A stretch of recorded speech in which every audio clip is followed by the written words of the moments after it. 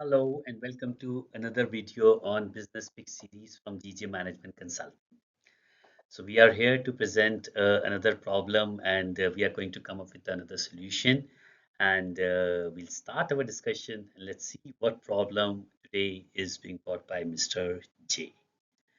Okay, so we have a problem and what he's saying that feeling scared in the investor meeting in answering the specific questions on margin and profitability due to non-availability of specific information. Okay, so which means that in the investors meeting, a lot of questions were being asked in terms of the profitability and the margin, and that is largely on a specific product or a specifically revenue stream.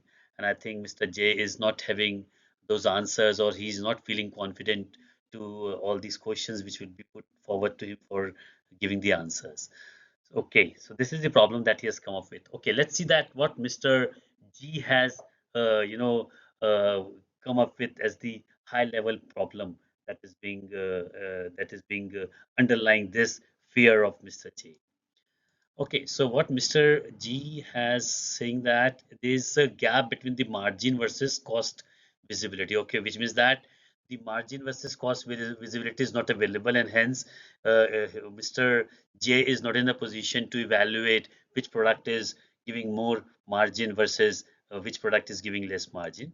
Okay, so data is fragmented and leading to low real-time availability of the insights. Okay, weak forecasting and scenario modeling, which means that forecasting is not accurate and it is not as per the scenario, which is the changing dynamics of the business. Inadequate management reporting, which means data is not available, because of which the limited information is available, and hence the questions which are being put forward in terms of the profitability on the product is not available as a form of an answer to Mr. J. Incorrect and delayed pricing decision, which impacts the exact value at which product needs to be sold and the margin which needs to be kept after absorbing all the variable cost. And then finally, internal stakeholder and friction and investor facing this. So all these are the high level issues that has been observed by Mr. G while Mr. J has brought this problem to Mr. G. So let's just quickly move to the next slide and look at some of the diagnostics of these problem debriefs. So let's move to the next slide. Okay, so let's just look at all those diagnostics on the problem one by one. Margin versus cost visibility gap. So costs are captured at an aggregate level rather than an item or the order level. Indirect costs like logistics, discount, return, overhead absorption not accurately allocated. Contribution margin is unclear across the product. So this is a real challenge because in the absence of the information which is very vital to determine the profitability at the product level or a revenue line level, it is very important that we should have the breakup at the revenue level or at the product level, so that we could able to determine then which product is making larger margin or which product is making less margin, and accordingly we can take a corrective action wherever we have a product that is producing less margin. So that information is missing. That's the challenge here. Okay. Data fragmentation leading to low real-time level insights. So sales, procurement, operations, and finance data reside in multiple systems. Lack of the single source of truth for the financial and the operational metrics. Manual consolidation increase error risk and the delay insights. So all these information, because they are not available, even if they are available, they are fragmented, and all these gap in the information are leading this all these nuances that are information is not available, because of which Mr. J is not having a confidence in replying to the questions being raised by the investors. Weak forecasting and scenario modeling. FP&A relies on historical averages instead of driver-based forecasting. Limited ability to simulate the scenarios such as the price change, cost inflation, or volume mix. No real-time visibility into the margin erosion during the quarter. So which means that forecasting is not done accurately. It is being done based on some historical models, no futuristic model, no method of multiple scenarios is being looked into to define the model at which forecasting will be done, and because of that the results are not accurate or they are not giving the true picture on the absolute information on the margins. Okay, we'll move to the next then. Incorrect and delayed pricing decision. Pricing decisions are made based on market intuition, competitor pricing or top line targets rather than the contribution margin. Pricing decisions are reactive. Underpricing of the high cost of the low contribution product. over discounting of the driver volume, inability to, all these factors are actually leading to the lack of the information which are very vital and crucial to determine the profitability at the product level or at the service line level. And because of this gaps, these white spaces, the information is not being made available, because of which that accurate decision is not being available to Mr. J, who can then take a call to whether to discontinue to a particular set of product or continue, or increase the production of certain set of product which is giving the larger margin. And then finally, last one is the inadequate management reporting. Reports focus on the revenue and EBITDA but miss the line item production trend. KPI not aligned with the investor level metrics such as ROI, ROCE, and lack of the early warning indicator to trigger the rectification. So all these are the underlying detailed level of diagnostic that is being done by Mr. G. This is which he could able to take the corrective action and define the action plan, which can then be implemented by, which can then be recommended to be implemented by Mr. J. So we'll move to the next slide to understand some of the data here. Okay, so we'll quickly have a diagnostics of some of the data here. So as per the recent management report, our 24 different product companies deals in more than 75% gives a contribution margin of uh, what is it, 75%, which is a contribution margin of range of 35 to 40%. Okay, with sum of INR 20 million. With above fact, management review is promising about healthy margin and achieving ROI by the year end. Target ROI is 13% after tax on the total investment of 100 million. So this is some of the data which is being showcasing that what is the expectation by the management in terms of the investment that they have made. So they have made the investment of 100 million, and they're expecting the ROI of 13% after tax. Okay, this is a fact. But actual sales and inventory is top 10 selling product having higher margin is decreasing continuously in the past 4 months. So this is a data point, because of which the budgeted investment, which is 100 million, and the budgeted ROI, which is 13% after tax, seems to be a challenge, because their top 10 selling product is having the decreased margin for the last 4 months. Inventory of the top 10 selling product have got risen from 10 million to 18 million INR in past 4 months. Okay, party ledgers, 10 primary customers not receivable got increased 20%. So which means that receivables are getting increased, it is not converting into the cash. 4 new customer added, sales volume rose by 8%, but the committed to purchase is challenge, leading to higher stock of the goods. Okay, sales order from the OE customers is consistent, which is 6 million INR. And then hidden cost reality is that cost element, discount and rebate, logistic and phrase, returns and warranties, description channel discounts not tracked. So basically there is a challenge or the gap associated at each of the line item of the cost. So if you talk about logistics and freight, so that varies from the customer and the location, and allocation gap is that it is being charged as aggregated rather than being charged at the product level, because of which the information is not available. So all these data shows that there is huge gap in terms of the information that is required by a by management to take the firm decision on the various driver of the cost and the profitability. And these gap in the information is actually a cause of worry to Mr. J, because he could not able to determine the correct answers to the questions which is being raised by the investors.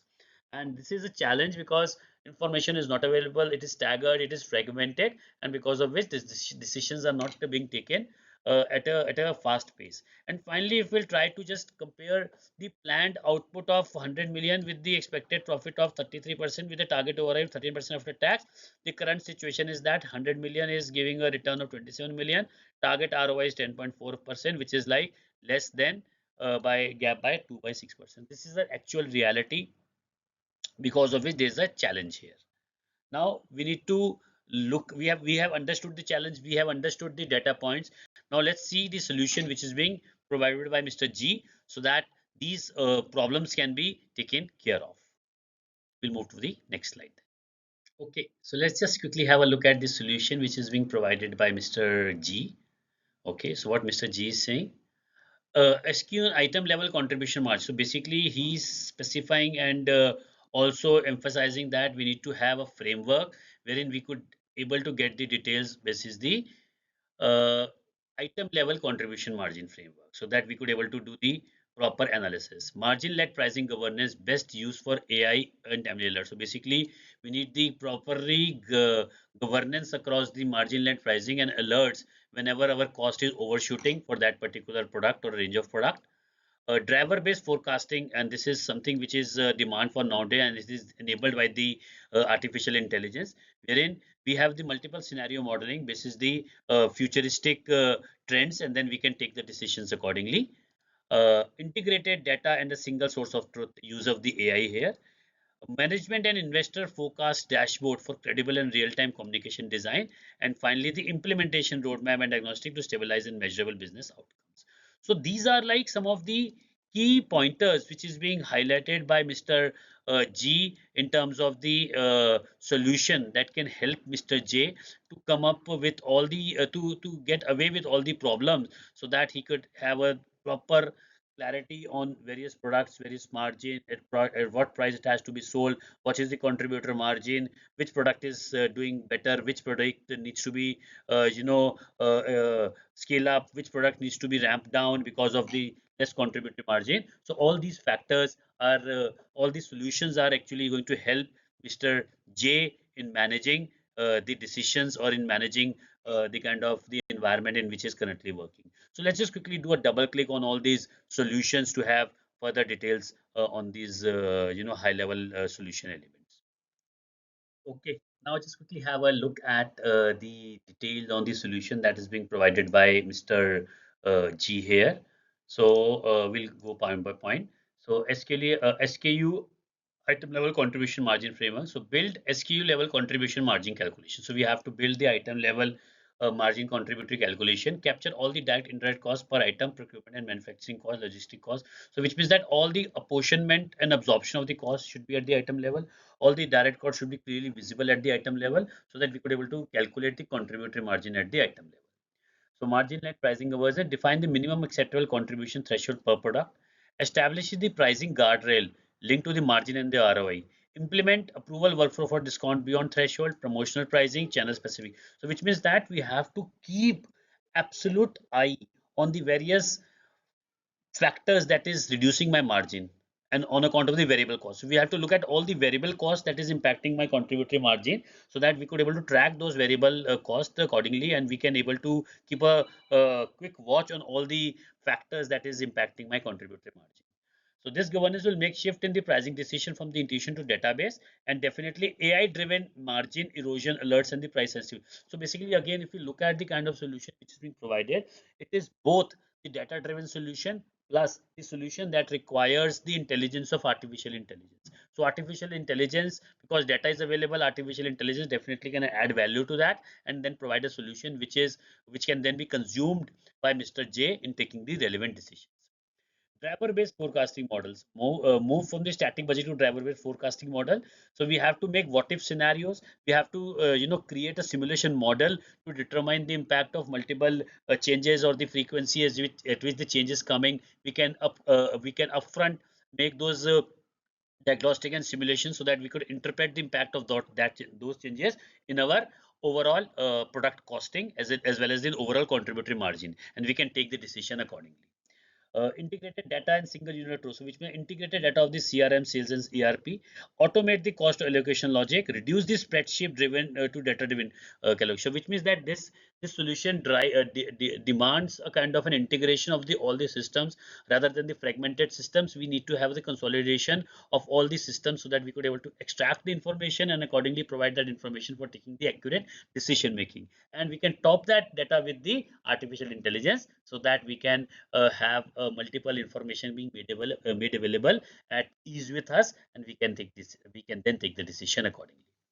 So management and investor focused dashboard, role based dashboard for different stakeholders and investor for transparent understanding, and that's will help to proactive decision making and place for the post facto analysis. So basically proactive decision making, uh, uh, making a predictive analytics, and this is the with the help of the artificial intelligence, we can look at this simulation model, we can look at the scenario based modeling, and then take the decision accurately. So this is a solution that is a mix of improvement in the process, and then definitely use of the technology, and then definitely how people could able to adopt it more stringently, and we need to train the people also to make this change being implemented. So as a solution, the solution is holistic because it is touch basing all the three major component of the transformation, which is the people, process itself, and then definitely the technology. So all this when put together will give a proper solution to Mr. J. So let's see how this solution is being accepted by Mr. J. Okay, so let's just have a look at the reaction of Mr. J. Okay, Mr. J seems to be happy with the solution which is provided by Mr. G. And what he's saying that thanks, Mr. G, I am clear on the solution. With this, I now have a clear visibility on all the key metrics impacting the business decision, which is very good. But as usual, Mr. G is saying that the real success is lying in implementing the same with the help of the experts of the GJ management consulting. So this thing is something which is being accepted by Mr. J. Let's quickly move to the next slide and see the final reaction of Mr. J then. Okay. So Mr. J seems to be relaxed and Mr. G seems to be satisfied. I think this is the beauty of our Business Fix series, whereby we take every unique problem and then we try to find the solution. And the problem that we normally take is a real-time problem. We are not disclosing the name of the organization in which this problem were there. And then with the help of our expert advice, we could able to provide them the solution, which is being then implemented by them, and they are in a position wherein they could able to get rid of their uh, one-time problem or the recurring problems. So this is our continuous endeavor that if at all you have come across any business problem, we are here to provide solution to that. So please reach out to us at the below website address, or you can call directly to me at the number which has been provided below. So with this, we come to the end of this particular Business Fix series. Thank you, goodbye, and see you soon.